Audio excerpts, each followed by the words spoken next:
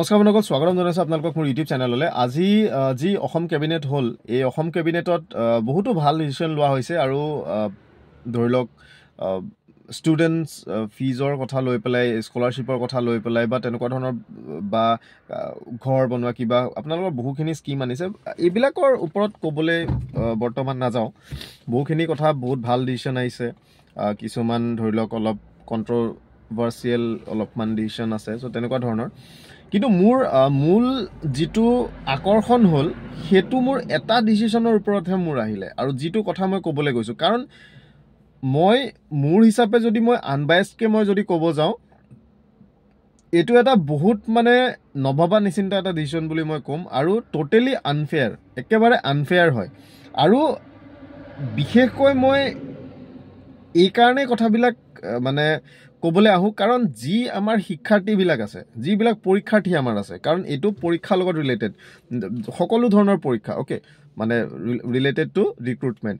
যিসকল পৰীক্ষাৰ্থীয়ে আজি ৰিজাৰ্ভেশ্যন লৈ পেলাই হাল্লা কৰি থাকে যে ৰিজাৰ্ভেশ্যন কিয় হ'ব লাগে, ৰিজাৰ্ভেশ্যন উঠাই দিব লাগে, কিবা উঠাই দিব লাগে, তাৰো একাংশ ল'ৰা ছোৱালীয়ে এই ডিচিশ্যনটো কিন্তু ছাপোৰ্ট কৰি আছে।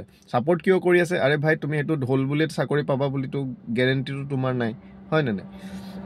কথা হ'ল, আজি যেতিয়া কেবিনেট হৈছিলে, তাতে কিছুমান ডিচিশ্যনৰ মাজতে এটা ডিচিশ্যন তেওঁলোকে শুনালে, যিটো যে প্ৰথম ওলালে আপোনালোকৰ 1 লাখ যি আমাৰ নিযুক্তি প্ৰক্ৰিয়া চলি আছে, সেই 1 লাখ নিযুক্তি প্ৰক্ৰিয়াৰ কিমানবিলাক নিযুক্তি হৈ গ'ল আৰু কিমান নতুন ৰিক্ৰুটমেণ্ট আছে ভাগ ভাগ কৰি পেলাই তেওঁলোকে সেই বস্তুখিনি দেখালে।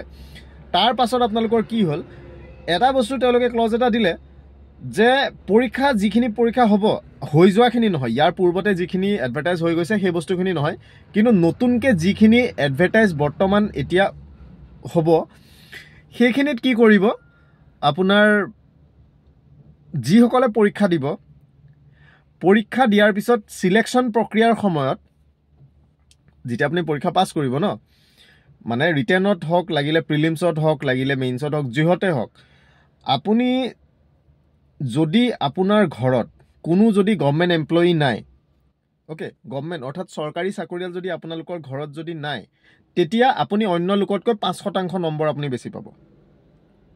বুজি পাওক কথাটো বুজিছে?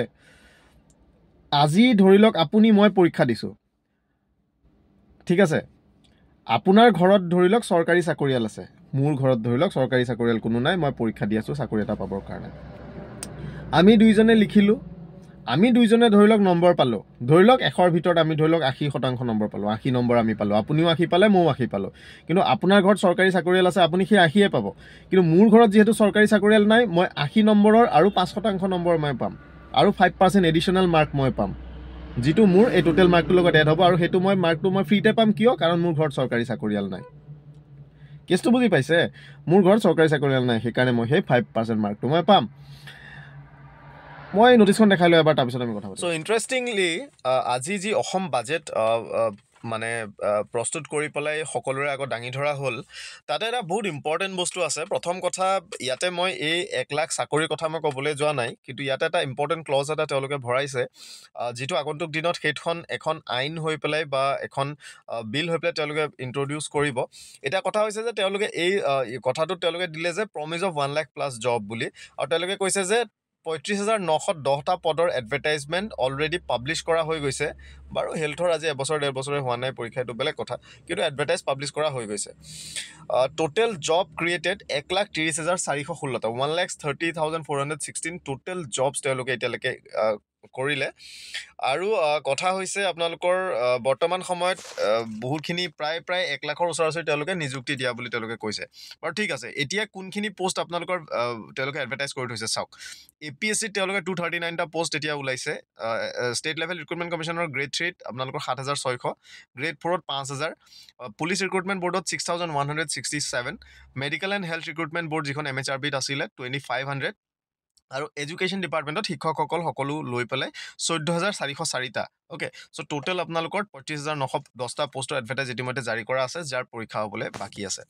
কিন্তু মষ্ট ইম্পৰ্টেণ্টলি ইয়াতে আপোনালোকে চাওক, এটা এনেকুৱা বায়েছড বস্তু এটা দিছে, আপোনালোকে সেইটো এগ্ৰী কৰিব পাৰে যে ভাল হৈছে, কিবা হৈছে, বাট মোৰ ফালৰ পৰা মই যিহেতু আনবায়েছড মই কথা ক'বলৈ যাওঁ, আৰু এইটো মই ক্লিয়াৰলি ক'ম যে এই যিটো পইণ্ট তেওঁলোকে কৈছে যে 5% weightage to family without government employee, 5% weightage to families without government employee, মানে যাৰ ঘৰত গভৰ্ণমেণ্ট এমপ্লয়ী নাই, অ'কে, গভৰ্ণমেণ্ট এমপ্লয়ী যাৰ ঘৰত নাই, সেই ফেমিলিখিনিৰ ল'ৰা ছোৱালীয়ে বা কোনোবাই যদি পৰীক্ষা দিয়ে, তেওঁলোকে এডিশ্যনেলি 5% মাৰ্ক এটা পাব, 5% নম্বৰ এটা তেওঁলোকে এডিশ্যনেলি তেওঁলোকে পৰীক্ষাত পাব। অৰ্থাৎ আপুনি পৰীক্ষা দিছে, মই পৰীক্ষা দিছোঁ, মোৰ ঘৰত যদি চৰকাৰী চাকৰি কৰা মানুহ নাই, আপুনিয়ে মই নৰ্মেল সমান মাৰ্কেই পালোঁ, কিন্তু মোৰ ঘৰত চৰকাৰী চাকৰি নাথাকাৰ কাৰণে মই 5% নম্বৰ মই এক্সট্ৰা পাম, মই যিমান পাইছিলোঁ।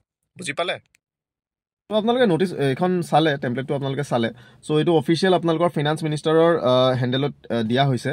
এতিয়া কথা হ'ল, যি এই প্ৰক্ৰিয়াটো তেওঁলোকে কৰিছে, এই টোটেলি আনফেয়াৰ হয়। আমি প্ৰথম কথা যে যিহেতু ৰিজাৰ্ভেশ্যন যি ছিষ্টেম আছে, ৰিজাৰ্ভেশ্যন ছিষ্টেমৰ কাৰণে বহুতো খেলি মেলি আমাৰ হৈ আছে।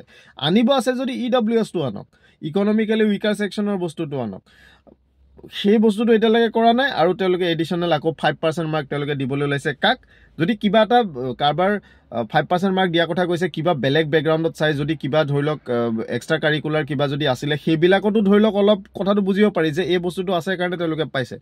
কিন্তু এটা same type of recruitment exam এটাত তেওঁলোকে মানে আপোচবিহীনভাৱে এটা 5% নম্বৰ তেওঁলোকে এজন মানুহক দিবলৈ ওলাইছে, এই কাৰণেই যে তেওঁৰ ঘৰত কোনো চৰকাৰী চাকৰিয়াল নাই।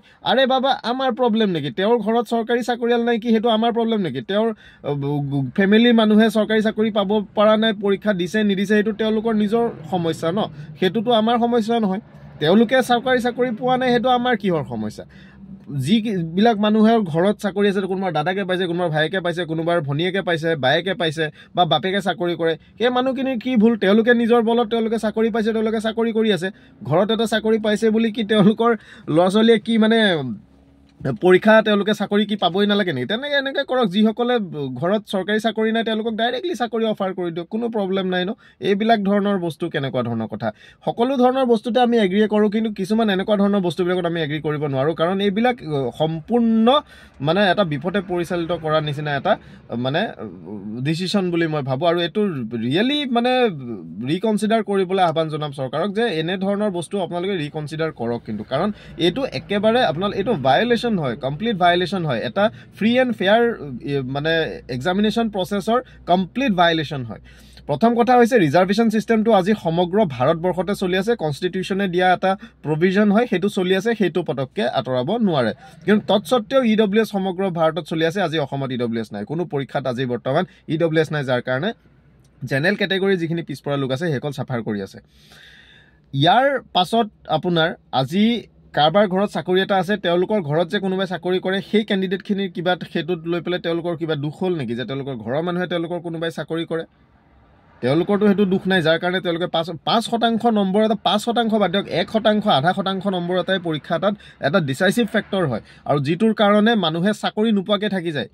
আপোনালোকে চাব, SBI POC এইবিলাকত চাব, আপুনি 0.25, 0.45 তেনেকুৱা মাৰ্কৰ কাৰণে থাকি যায়গৈ। বা ADREতে আপুনি চাব, 1 নম্বৰ এটা ইফাল সিফাল হ'লে আপুনি চিলেকশ্যন নহ'ব পাৰে, 1 নম্বৰ এটা ইফাল সিফাল হ'লে আপুনি কোনোবা ভাল পোষ্ট পাব পাৰে, বা ভাল জেগাত পষ্টিং পাব পাৰে, তেনেকুৱা ধৰণৰ কথা। বা APSCৰ ক্ষেত্ৰতে হওক, এটা ভাল মানে ধৰি লওক 1 নম্বৰৰ কাৰণে আপুনি এটা ভাল ছাৰ্ভিচ পাই যাব পাৰে, আপুনি 1 নম্বৰ কম কাৰণে এটা লোৱাৰ ছাৰ্ভিচ এটা আপোনালোকে বা গ্ৰেড B ছাৰ্ভিচ এটা আপোনালোকে পাব পাৰে। তেনেকুৱা ধৰণৰ বহুত এটা ডিচাইচিভ ফেক্টৰ হয়। আৰু তাৰ তেনে ক্ষেত্ৰত 5% নম্বৰ এটাই কেনেকুৱা ধৰণৰ এটা ৰেভলিউশ্যন ক্ৰিয়েট কৰিব, সেই বস্তুটো আপুনি ভাবক।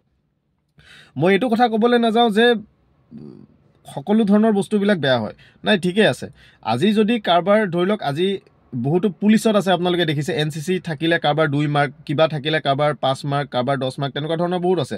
এনেকুৱা ধৰণৰ এটা ফেক্টৰ যদি কৰিলেহেঁতেন যে বাবা কোনোবাই মানে সেই ৰেচপেক্টিভ ছাবজেক্টটোত তেওঁলোকে 90% স্ক'ৰ কৰিছে তেওঁলোকৰ বৰ্ডছত বা মাষ্টাৰ্ছত, তেতিয়া তেওঁলোকৰ কাৰণে ইমান এটা মাৰ্ক দিম, সেইটো হ'লেও এটা ভাবিব পাৰি যে ঠিক আছে। কিন্তু এইটো কেনেকুৱা ধৰণৰ কথা যে ঘৰত যদি চৰকাৰী চাকৰিয়াল আছে তেওঁলোকে নাপাব, যাৰ ঘৰত চৰকাৰী চাকৰিয়াল নাই তেওঁলোকে 5% মাৰ্ক পাব? আৰে এইটো নপঢ়া নেমেলাকৈ এইটো কেনেকৈ সেই বস্তুটো দিব? এটা ফ্ৰী এণ্ড ফেয়াৰ যদি এটা ফেয়াৰ চান্স যদি এটা পৰীক্ষা এটাত যদি দিবলৈ হয় আৰু যদি এটা ইকুৱেল মেজাৰ্ছ অফ এক্সামিনেশ্যন যদি কণ্ডাক্ট কৰিবলৈ যায় দেন ডেফিনেটলি এইটোতো একেবাৰে হ'বই নোৱাৰে। এইটো কথা কেনেকুৱা কথা। এতিয়া মোৰ কথা লৈ পেলাই বহুতে এগ্ৰী নকৰিব পাৰে, আৰু এগ্ৰী আপোনালোকৰ নিজৰ নিজৰ মনোভাৱ নিজৰ নিজৰ মত আছে, সেইটো আপোনালোকৰ কথা। যে আপুনি সেই বুলি আপুনি কাৰোবাক গালি পাৰিব। কমেণ্টত মই বহুতখিনি দেখিছোঁ নিউজৰ কমেণ্টবিলাকত এটা ইটো গালি পাৰি আছে, কাৰোবাৰ কাৰণে ভাল কাৰোবাৰ কাৰণে বেয়া। কিন্তু bottom line of the story এইটোৱে হয় যে এনেধৰণৰ যদি এইটো কিবা এটা ডিচিশ্যন যদি এনেকুৱা হয় ডেফিনেটলি এটা ফ্ৰী এণ্ড ফেয়াৰ চান্স যিটো পৰীক্ষাৰ ক্ষেত্ৰত বা এটা চাকৰি এটা পোৱাৰ ক্ষেত্ৰত হয় সেইটো কিন্তু নাইকিয়া হৈ যাব। কাৰণ কাৰোবাৰ ঘৰত চৰকাৰী চাকৰিয়াল আছে সেইটো তেওঁলোকৰ প্ৰব্লেম নহয়, তেওঁলোকে মেৰিটত তেওঁলোকে চাকৰি লৈ পেলাই তেওঁলোকে আছে, আৰু কোনোবাই যদি সেইটো পাব নোৱাৰি পেলাই তেওঁলোকৰ ঘৰত চৰকাৰী চাকৰিয়াল নাই বুলি বহি আছে দেন সেইটো তেওঁলোকৰ সমস্যা, সেইটো লৈ পেলাই আমাৰ ক'ব লগা নাই। কিন্তু ডেফিনেটলি চৰকাৰক আহ্বান কৰিম যে এনেধৰণৰ ডিচিশ্যন আপোনালোকে প্লিজ ৰিকনচিডাৰ কৰক in the greater interest of the youth and exam aspirants. Thank U.